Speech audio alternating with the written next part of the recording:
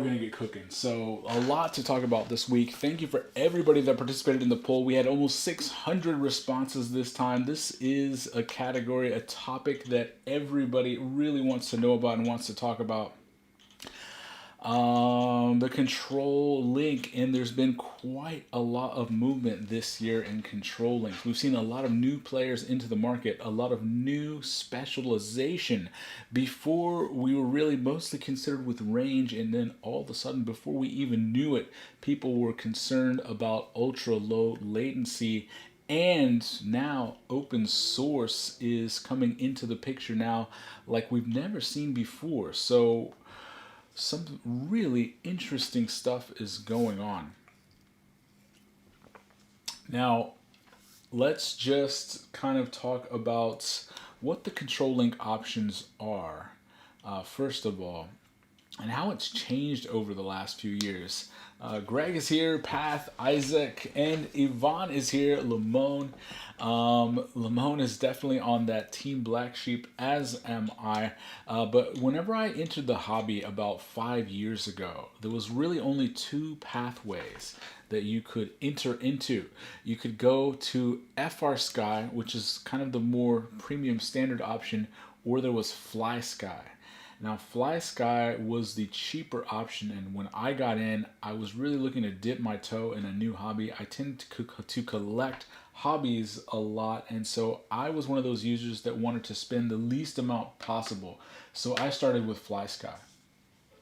And it was overall like not a great experience. Some of those receivers, the small receivers, the FSA-8S, would have dangerous fail safes where it would full throttle you to the moon as it was fail safing, and you could really risk injuring yourself if you installed that on a large quad.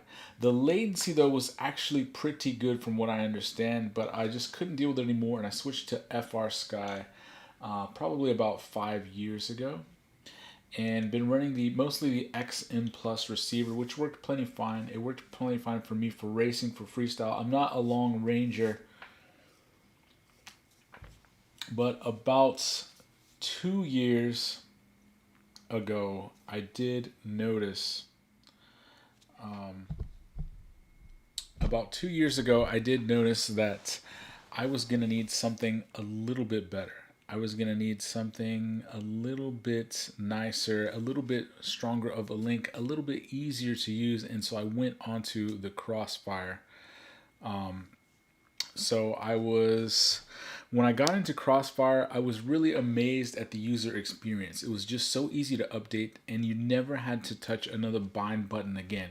You know, if you do a lot of builds, trying to hit that bind button as you plug in your battery, it was just so mind-blowingly annoying. And you didn't really realize how bad it was until you no longer had to do that anymore. Once I got onto Crossfire, and here's a bag of some of my used Crossfire receivers. This is maybe a year's worth. I go through quite a bit of receivers just because of all the stuff I get into review, and all the builds that I do. So Jeff's here. Hey, Jeff. And Chet is here. Hey, thanks for stopping by, Jeff. This is maybe only a year's worth of receivers. I go through quite a bit, and having a receiver system that had a great link that would work every time, that was plentiful. So if I did get a bind and fly in that had Crossfire on board, like this thing I'm playing with right now, this is the L3 Dave C long range thing that takes the 18650. This came shipped to me with Crossfire. So when it's plentiful by the bind and fly manufacturers, it's plentiful to be able to buy at mostly any of the shops, except for right now when stock is kind of low. And it just works. It was just night and day. And when CRSF shot came out and lowered the latency even further, it was like, man, I didn't even know what to do. I remember flying Crossfire shot for the first time when I first got that Tango 2 radio in, and it was like, man, the difference in latency was incredible. It felt like all of a sudden, it felt like my rates had been messed with, like my rates had been increased. I actually crashed because I was turning at the wrong point because I wasn't used to having latency in the control link that low. But fast forward to 2021 and the landscape has changed even further. The introduction of Ghost and Tracer to the market have brought back 2.4 in a really interesting way. Ultra low latency, ultra crazy refresh rate, 250 refresh rate, and Ghost even has a beta version that does 500 hertz refresh rate. Now, you might have seen the video on the channel where Lamone and Chief were arguing over can humans even perceive 500 hertz refresh rate, but all the while this is going on, this open source project has been chugging along, and I've become aware of it very recently. It's the Express LRS open source community. They have been releasing technology that uses 2.4. It uses LoRa. And I just got in a couple of hours ago today. I haven't even opened it. A couple of these Happy Model ELRS receivers. This is the kind that uses the antenna. I have a couple of the ones with the ceramic antenna on the way, and I got a module sitting right here, so I'm going to be able to try it. Now, I've been waiting on the fence, debating on whether I should actually go and try Ghost or Tracer. I've been watching everyone else.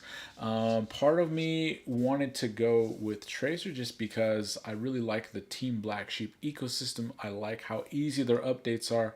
I like how easy all of their products are updated, and it just kind of works. I have seen some of the guys on Ghost in my own chapter kind of have to do with, I heard Heads Up refer to it as the Ghost Shuffle, where you get up to the line to race, and if you didn't power on your quad and your radio in the right particular order, it might not link, and you got to mess with it.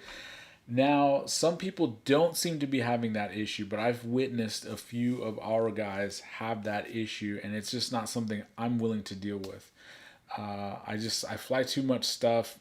Everything that I fly has to work. It has to work the first time, every time, and that's kind of why I generally use Crossfire.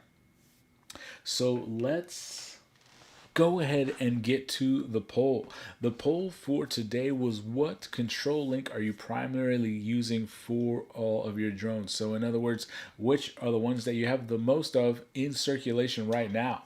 Now, this really shocked me. I really expected for Frsky to be about a third. I was thinking Crossfire would be about a third, and then I thought the other options would make up about a third, and I really thought that Express LRS would be coming in last. These poll results are absolutely shocking to me because Frsky is down to only 11%. You can see this remnant of FPV right behind me, this Tyrannus X9D. This is kind of an ancient piece of FPV technology at this point. It was once the most popular radio on the market, and now it is just kind of a relic. Frsky has finally destroyed all of the goodwill that they have left. Their scummy ways have driven every last customer that they really had just away from them, and nobody likes them anymore, and they dress funny. I mean, it's just really bad. TBS Crossfire, this one shocked me as well. 69%, more than 2/3 of the people polled. 573 of you guys responded. Over 2/3 are all flying Crossfire. And why not? It just works. I actually like the mounting of these Immortal Ts. This is the Umagod 250. This review is coming out on Thursday, I believe. And just look how easy it is to mount this Immortal T up at the front right here. So easy, so clean. On racing builds, you can mark it pretty much behind the arms. On freestyle, larger builds, you can put it on the rear arm. There's just so many easy mounting options. And if you have a couple of zip tie, your receiver is mounted. I actually prefer that to the small little dipole antennas that I used to run on my Frsky receivers. Now, here's another bit of interesting things going on. TBS Tracer coming in next with 6% of the usage. Now, it's newest on the market, so that's not that surprising that it has not captured as much market.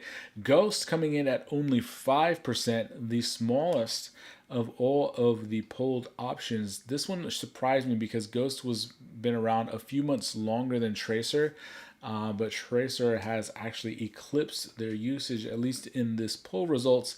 And then the other shocking result was the Express LRS, guys, coming in at 9%, beating both Team Black Sheep Tracer and Immersion RC Ghost by a few percentage points, and only coming in 2% less usage than Frsky. That's amazing. And if you don't know what Express LRS is, it is a new open source receiver protocol and hardware system. These guys have been cooking up this strange new technology. They have a Discord out there that you can join to hear all of the information about the development going on, and they essentially donated these designs to the community. They got Happy Model to start making some of these chipsets so you can get a couple of receivers. This receiver was like 12 bucks. I'm really interested to try out to see if it's going to be any good. The module was only 25 bucks. Can you believe I got a TX module for 25 bucks? I mean, that's cheaper than most of the receivers out there. It's just unbelievable. Now, I do understand that there are 3 options that were not in the poll. YouTube polls can only have 5 options, so I have to pick the top options on here. We did not have Spectrum, which I really don't see Spectrum being flown anymore. At our races, it shows up less than 5% of the time, probably less than that. We also did not have R9. I figured a lot of people have either switched to Crossfire. R9 can actually be flashed. Those receivers can be flashed with Express LRS too, so you can actually move that hardware onto this open source platform. And we also didn't have the DJI Link. The DJI Link is just, it's not really being supported much anymore. The radio's not really being sold as much. There is a V2 of the radio that doesn't work with the Avistas and Air units, so I think it actually works quite well for the people that need it. I think a lot of the professional build shops really like it because it's easy to sell. I know when I was running the DJI unit, it was really nice to have to be able to build a build up and not have to use a receiver at all, but I don't think it's being used quite as much. Brandon says that they have had light speed development. Yeah, these guys came out of nowhere. I remember hearing a little bit of grumblings about a new open source receiver protocol a few months back, and I was just like, whatever. And all of a sudden, you can see the poll results right here, guys. They have become more popular on the market than Tracer or Ghost. That's shocking. That is open source really at its strongest. But is this open source development essentially going to be good for the hobby as a whole? One of the things that we really don't want to take for granted is just how good protocols like Crossfire are. And so they are not cheap compared to some of the alternatives, but they actually have come down in price over the last 18 months or so. So they're much more affordable than they've been in the past. And if there's one thing that you don't want to scrimp out on, it's your control link. You don't want to have to worry about fail safes. You don't want to have to worry about your quad when it's over water, when it's over concrete, when you're at the top of a split S. And so is this going to disrupt the business model of those industry leaders like Team Black Sheep and Immersion RC? And if it does disrupt that industry standard that's going on, are we going to get less development overall? Or are the open source guys an extremely powerful team that can get things done as a group faster and better and develop more rapidly than a giant like Team Black Sheep? I don't know. You certainly can't argue that one of the things that makes FPV possible, period, is the open source community that surrounds the Betaflight flight controller software. We wouldn't be able to fly what we fly today without the Betaflight dev team, and they are all open source, and they routinely outperform in both features, sales, and rapid development the teams that work on closed source systems. So they routinely outperform the flight 1 or Falco X guys. They routinely outperform the KISS stuff. So there's just no dispute that in flight controller software, open source is king. But will that translate to your receiver protocol? There is a lot of testing. UAV Tech has been releasing some really good videos on this. And there's another young channel, I think it's Alan Alot, I think his name is, has released a couple more videos on control links as well. Let's catch up on some of these comments. Spider Monkey says, time to kill the Tracer Ghost type chain with ELRS. Josh says, I've been plunking around messing with Frsky on my X9 Lite and it's kind of frustrating. I think ELRS is the answer. Yeah, I think it might be. In fact, right now there's essentially a drought. You cannot buy a Crossfire receiver. I have a few left, enough to get me through the next few months. But after that, I'm trying out Express LRS just as a backup. And even if I only use it on small micro quads, this is an inexpensive solution that could save me from having to use a $30 receiver in every single tiny quad, even in the ones I'm not going to long range.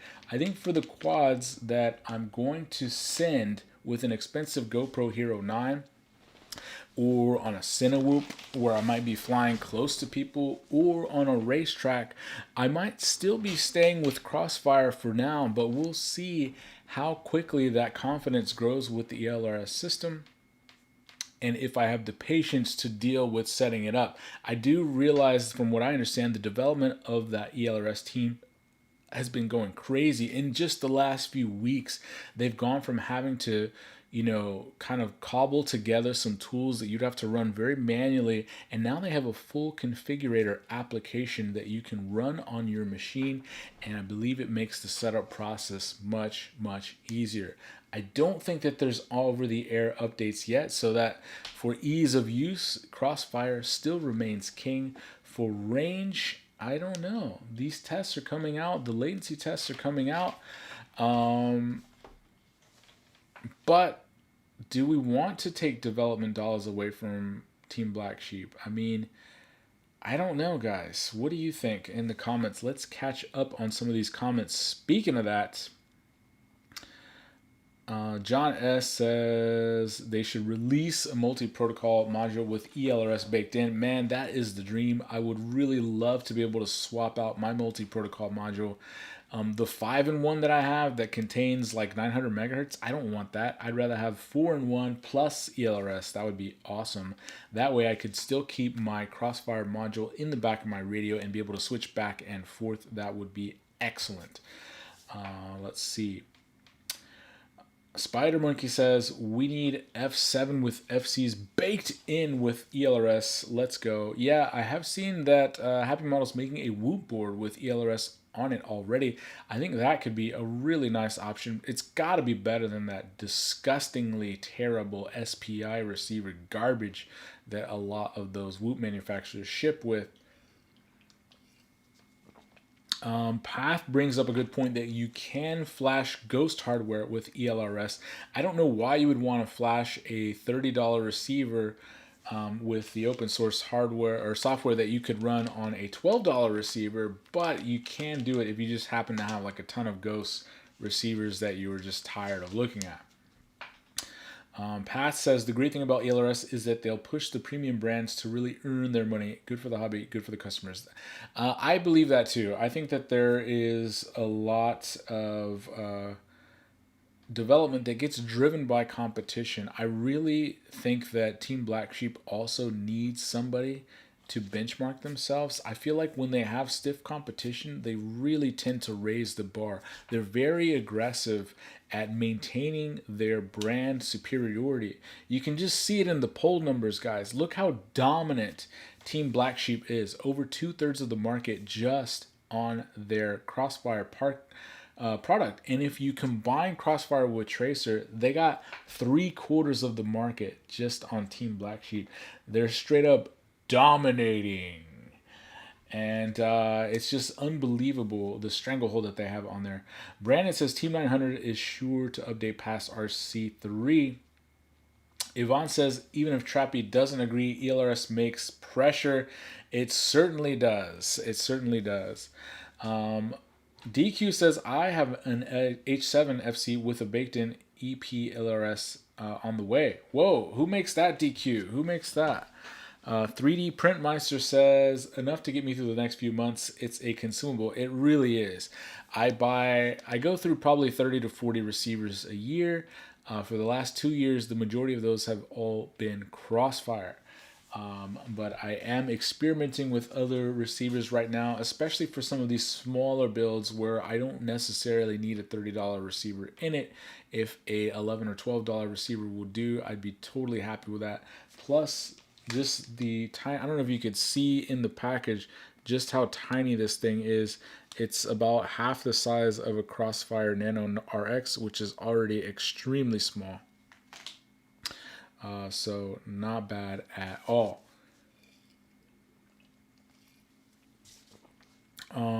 Pat says he flashed his module over Wi-Fi. Oh, I can't believe that. Wi-Fi updates are here. On the radio will be nice. They're also talking about a wireless trainer mode. That would be very cool. Isaac reminds everyone to calm down and that he loves his 2-watt Crossfire. That's right. It's notable to bring up, if you want maximum range, that Crossfire is pretty much unbeatable. And so it doesn't really matter what any of these other products say. You can't match the range of Crossfire. And so far on the latency test, though, that is very interesting. I still need to go watch UAV Tech's video that he put out today about the latency comparisons between Crossfire, Ghost, ELRS, and Tracer, but I'm very interested to see that. Lazy Hug said, let's go. He made it in time. Pass says, that's more than I spend on quads. Heart Pilot said, there's no way TBS bows down. They will improve on Tracer. Yeah, I have seen, I will tell you, in my particular town, I see more people on Tracer than Ghost. I actually see a good bit of the racing community moving over to these 2.4 gigahertz systems. A year ago, almost everyone was on Crossfire when you showed up to a race. Now, I would say if I did this same poll with only racers, it would probably be like a third Crossfire, a third Tracer, and the final third would be split between like Ghost and some Frsky are still remaining. Yvonne says they will, and they're already doing. There's some closed beta for Tracer with some special sauce. Yeah, why aren't you not sharing the special sauce, Yvonne? Yvonne has special sauce, and he's not sharing the special sauce with us. See, I could be talking about the special sauce, but he didn't tell me about it, so I guess it's a secret. He had to sign an NDA, possibly. Let's take a quick look at these poll results once more, guys. Frsky down to 11% of the market share, which is well-deserved because of their scummy business practices. They have tried to scam people for far too long with their shady anti-consumer practices of releasing firmwares that were incompatible. So we have seen the market react. They burned their commanding market lead, and now they only have 11%. TBS Crossfire, 69%, more than 2/3, just there. And that is no surprise to me. It is the easiest for beginners to go straight to. It's the easiest to work with. The price reductions that they did about a year and a half ago made such a huge difference. They reduced all the Crossfire receivers across the board by $5. They reduced the price of the module, and then they came out with these combo kits that could help you get onto Crossfire for a cheaper price. Those marketing moves that Trappy made really paid off, and I just can't believe it. So DQ says, didn't I see Yvonne with a 500 megahertz beta version of Tracer? So you may have seen my video on 500 megahertz. That was 500 hertz on Ghost. That was on Chief's radio. And Yvonne was trying to tell him that there's no way he could perceive it. Small says he's been more than happy with the Tango 2 and Crossfire. Yeah, I mean, that's kind of where I'm at. Like, it's like, if it ain't broke, don't fix it. Crossfire shot already reduced the latency so far. Like, I was on Frsky, Then I went to Crossfire regular, which reduced latency. Then I went to Crossfire shot, which reduced latency even further. And so I'm still like adapting to that. Like I just can't keep going lower and lower and lower. I do kind of want to try out Tracer, but the thing is, and this is like my own unique problem, I intend to fly a lot of different stuff. I tend to fly a lot of different stuff, and I tend to get a lot of bind and flies in. So a lot of those bind and flies they offer with Frsky, they offer with no receiver, or they offer with Crossfire. So if they can ship to me with Crossfire on board, it's just easier for me to get set up and going. So if I had to pick one, I'd probably stay with Crossfire. But if I can get ELRS built in to a multi-protocol module, that would be the best option for me and maintain Crossfire. LazyUck says, can I have your opinion on Express? It's still coming. My module just showed up about 3 hours ago. I have it right here. Let's check it out. Here is the module itself. It's just an ESP32 board or an ES24 board. Look at this thing. Very simple chip. It has a little 3D printed case right here. I understand this doesn't fit that well, so I may end up printing my own. And it's got a couple of antennas right here. So I'll be setting this up over the next week or so. I'll be diving into the configurator. I'm sure the guys in the Express LRS Discord will be hearing from me as I have questions about how to set it up the easiest and laziest way. Isaac says the consistency of Crossfire stood out to me in the testing. Yeah, absolutely. I got to agree. It just always works. It almost never fail safes. I've only actually been able to fail-safe Crossfire a couple of times, and it was always generally my fault. Like one time I was flying in my car on the other side of a giant metal tower, and so okay, that fail-safed my Crossfire. Luckily I was over like wet grass, and so my quad just like floated down. It didn't even broke a prop, and I learned my lesson. Don't ever do that again. So, very interesting poll results this week, guys. What do you think is coming next? In the comments, guys, are you going to be trying any of these new protocols? Are you a Crossfire user that is curious about trying one of the low latency modules, or is low latency really only a racer's delight? You know, the racing community often thinks of themselves as the high money spenders, but really the racing community is a tiny slice of the overall spending. Now, racers may spend per user a little bit more, but there's just so few of the hardcore racers that actually spend, $5,000 a year or more. There's far, far more casual freestyle users or long range users or stuff like that. That's where the majority of the dollars are spent. That's why we see polls come out like this where Crossfire is the dominant thing.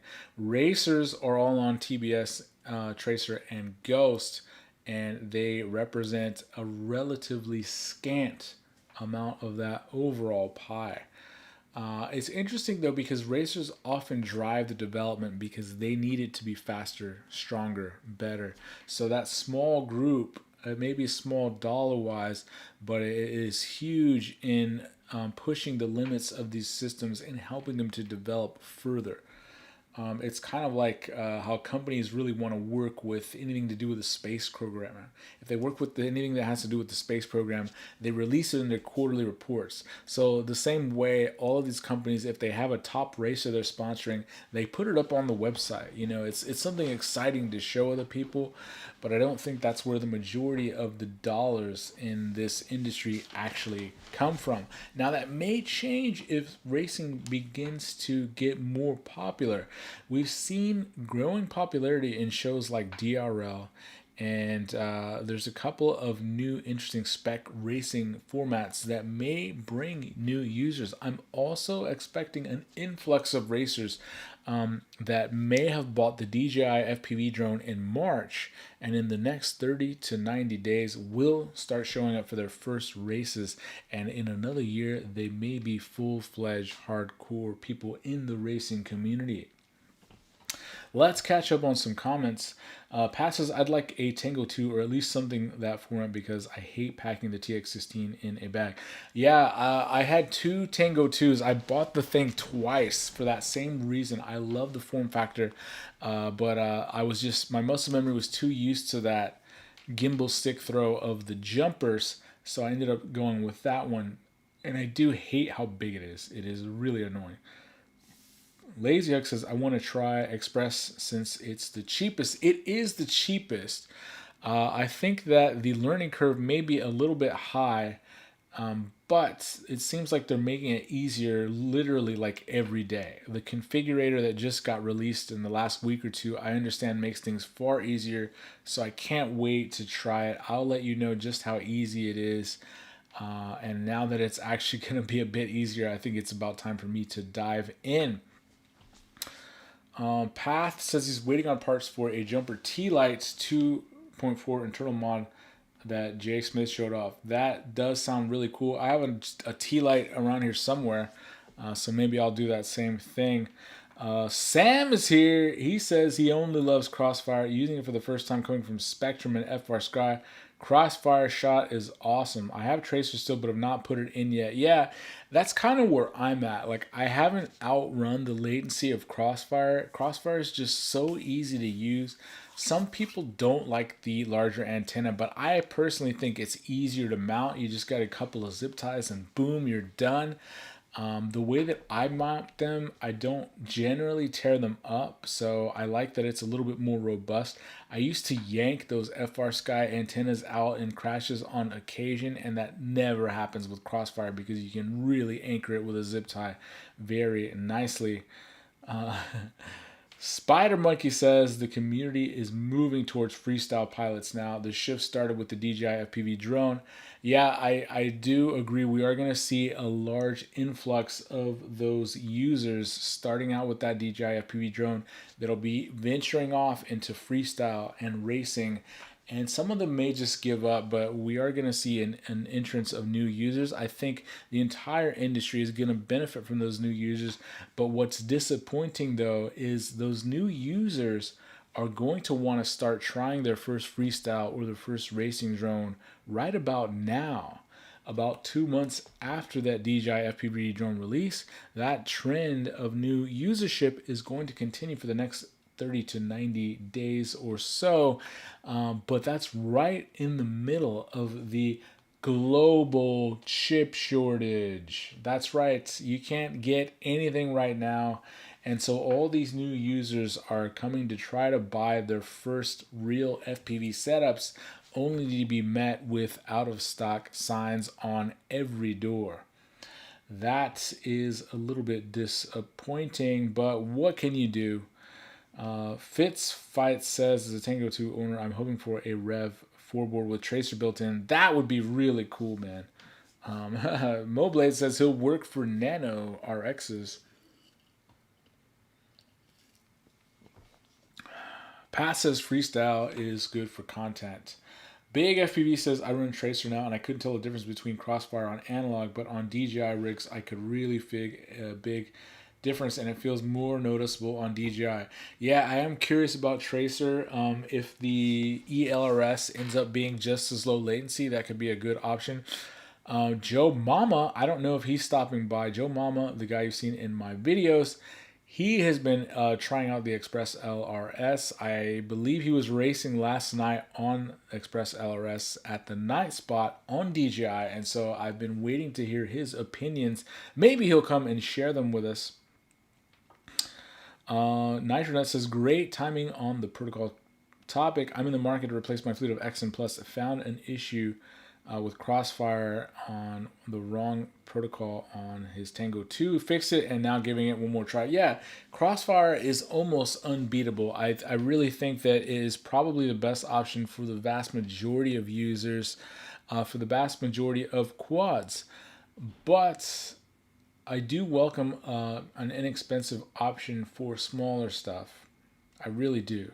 Because especially like on whoops, I put Crossfire on whoops and it does add weight, but man, it feels good. Like you can actually feel the latency difference. It's nice being able to have a real control link instead of that SPI garbage. That tiny little antenna that they make out of like belly button lint is just such trash. So yeah, I'm hoping that Express LRS can be a really good option for any of those whoops and micros. Francis says that I wish we can get ELRS and 915 in the same module. That would be cool. I think for 900 megahertz side though, I'm just sticking with Crossfire. Personally, Brandon says that we would love to have 2 RF modules in 1 TX. It would really be nice for sure. Moblade says he uses the multi-protocol module too, and so it's not that big of a deal. Man, so what are you going to do? And more importantly, where do you tell users to start? For the last few years, when a new user was starting, everybody could just comfortably say, go to Frsky, get yourself an X9D or a QX7, get yourself an XM Plus, and get yourself in the air. They started being scummy and breaking functionality with older receivers, so that shifted to when newcomers started, make it easier on yourself, buy once, buy the best, buy the right way, buy Crossfire. And now with these other options on the market, is that still the easy choice for newcomers?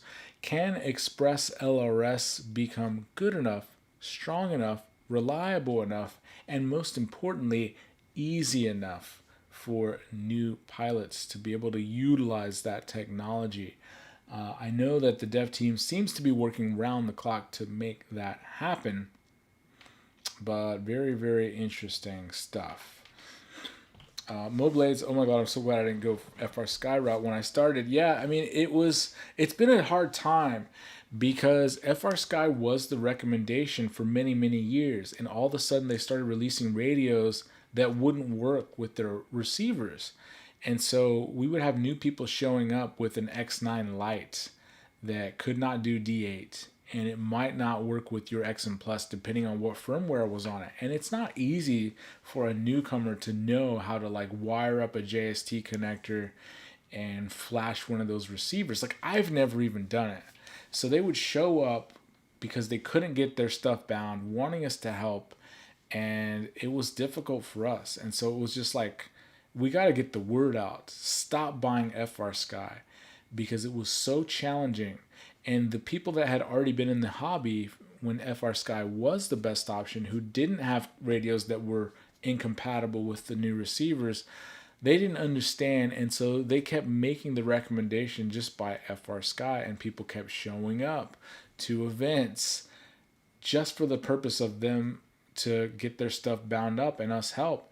And there's been a couple times where we just couldn't figure it out. There was one young racer that came out. He had just had a couple of small 2-inch builds. We were racing for the day, but we wanted to help. So we looked at it. We couldn't figure out how to bind his radio. And I just said, forget this. I'm going home. I'm going to grab him an XM Plus. I'm bringing it back to the field. Somebody else, if I go get it, somebody else install it. We put him a new receiver and it worked. All because of Frsky's scummy crap. So don't let anybody else that's starting buy that garbage, whatever you do. I hope that 11% will soon go down to 1%. Now, if you have an older radio like this one right here and it works fine, you're totally in the clear. There's no reason why you have to get rid of it. These radios still work amazingly well. So don't worry about it if you have one that works. If you were old enough to get a grandfathered good edition of Frsky radio, it's perfectly fine.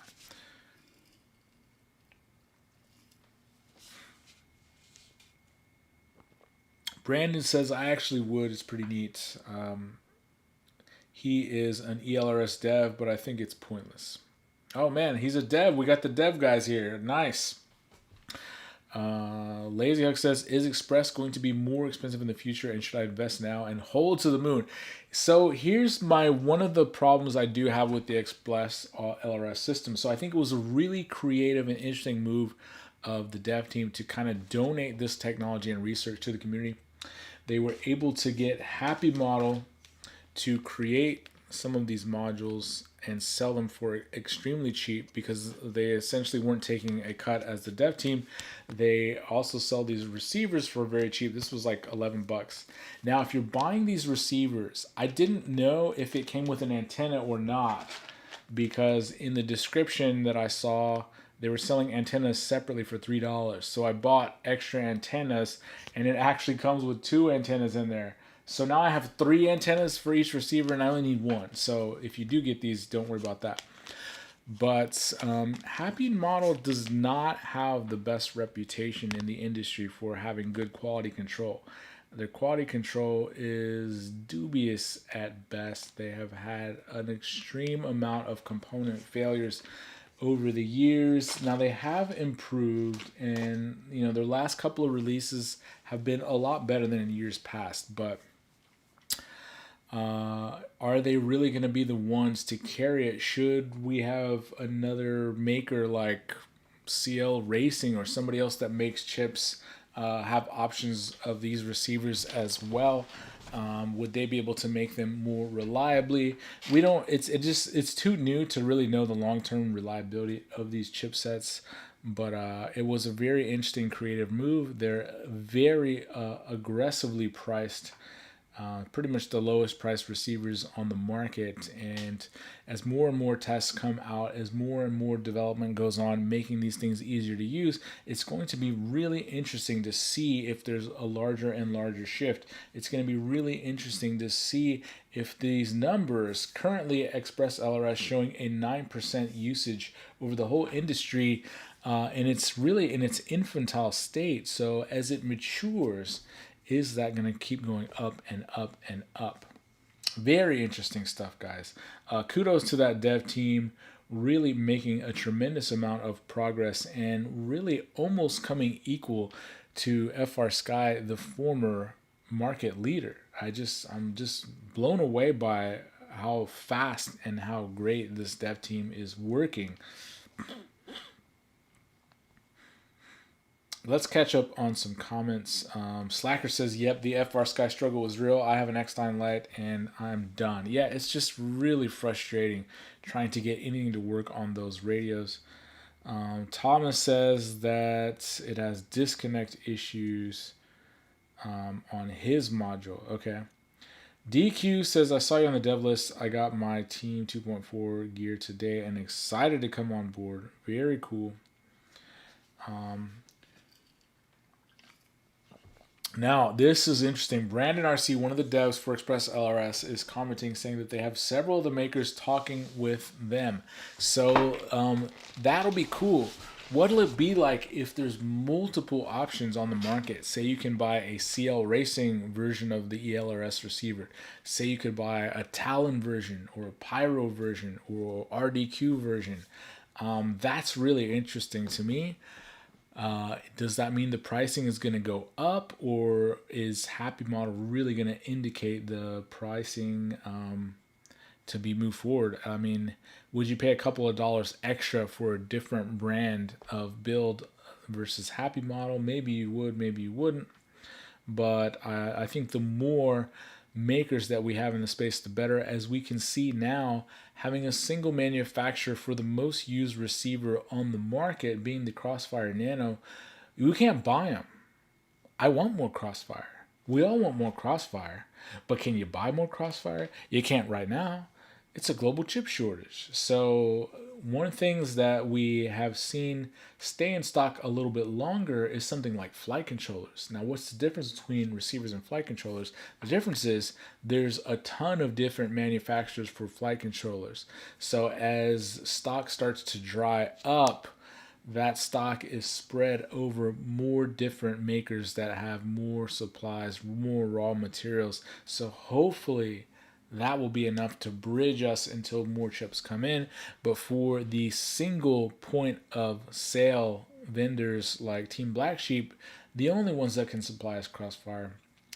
It'll be interesting to see, how long is it going to take them to get more stock of the Crossfire receivers? I don't think it's going to be that long, guys. I mean, these guys know how dominant they are in the space.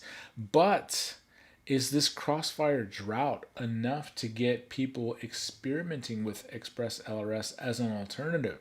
I could personally see myself stripping my Crossfire receiver out of all builds that are like 3-inch or smaller, saving those for my 5-inch, and then maybe just running Express LRS on micros from now on if it works well. If not, Radio Master just released a $12 D8 receiver, so you could still keep the Frsky functionality in your old radios without having to give money over to Frsky, and I like that option. I have that review coming up very soon as well. Spider Monkey says ELRS to the moon with SpaceX. Thomas says happy model is kind of doo-doo for QC. Yeah, I mean, I have seen that in the past. They do seem like they're improving a little bit. You know, the Mobulas have been fairly strong. I did enjoy the Sailfly, I think it was, but, you know, we'll see. Thomas says that he got Express LRS Lewis groups working with deviation. That's pretty cool. Fight says the encroachment of digital. That's what Orca and Frsky is hiding. There is a lot of nanos out there, says 88 Ender. There's a lot of nanos. I haven't seen any Crossfire receivers on the market. If you know of a place that has some, let us know in the comments. Callisto says he got 3 Crossfire receivers in the mail from the iGao competition. Yeah, man, you could probably sell those on eBay for about $100 each. Brandon says 500 hertz. Just saying. Also, more SMD antennas.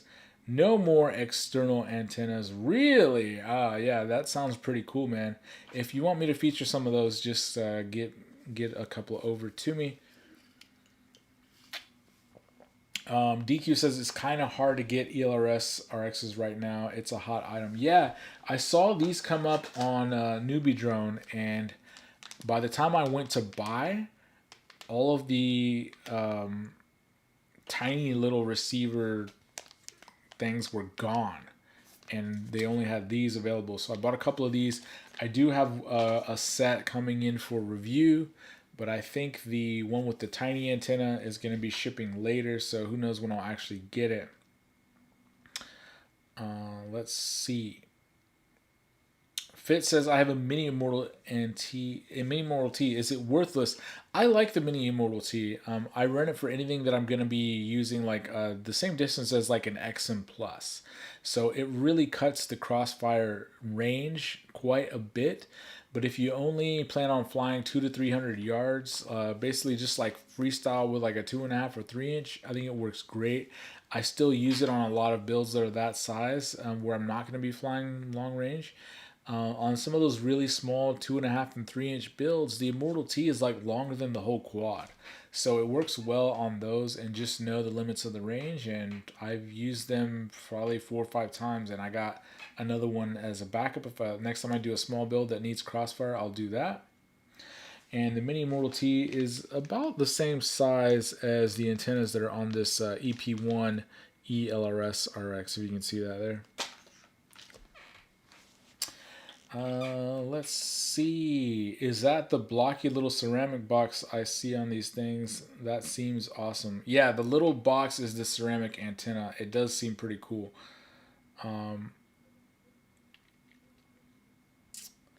So Brandon says somebody flew 4 kilometers on it, so it's for racing. But yeah, if it works for racing, that would be really cool not to have to mount an antenna on my racing quads.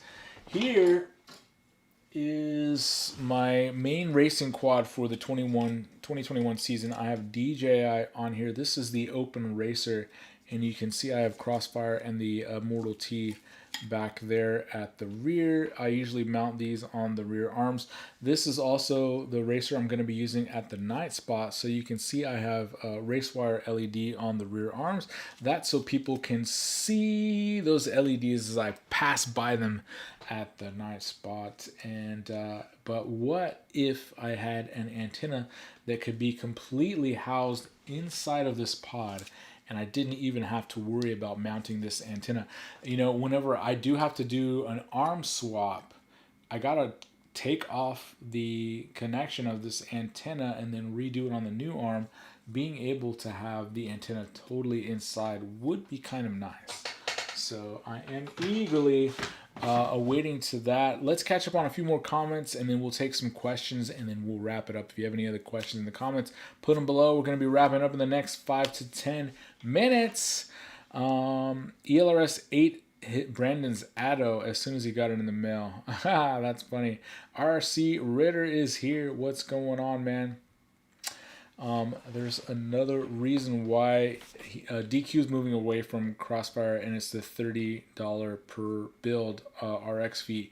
Yeah, I used to be bothered by that, but Crossfire is well worth that $30. I gotta tell you, it just always works. It always works great. It has beautiful range. The latency is not as low as these new things, but it's really, really good. So Express LRS does have some big shoes to fill, but I don't think that the people working on it really expect it to supplant Crossfire. I would be happy if they can just really be the final nail in the coffin to stomp out Frsky. If we can take that 11% market share that Frsky has and just kind of move it all onto the market share that Express LRS has already gotten, and then Express LRS will be sitting at about 20% market share. And I think Crossfire users are mostly going to stay on Crossfire, and that's fine. So it'll just be a secondary or third option for people to choose. And I personally would love to have a small, inexpensive receiver option that I could use for some builds. And then on most of my freestyle and review builds, probably I would still use Crossfire, at least as of today. Brandon says he flies 2 kilometers on 50 milliwatts and 150 hertz routinely. And Brandon RC says that ELRS on 2.4 can go 33 kilometers without failsafe on 250 locked at only 100 milliwatts. That's crazy. So, so I'll be hitting you guys up in the next couple of days on how to set this up. Hopefully it's a pretty easy thing. I do see that it has a USB port, so I'm assuming I can update some stuff on the configurator. And then what do I got to do? I got to flash the receivers in some way. Yeah, so I'll be figuring that out with you guys very soon. Mobley says he runs Crossfire at 150 megahertz locked, except for long range. So let's do a quick roundup of what's coming up on the channel. Thursday's video is going to be on the Umagod 250.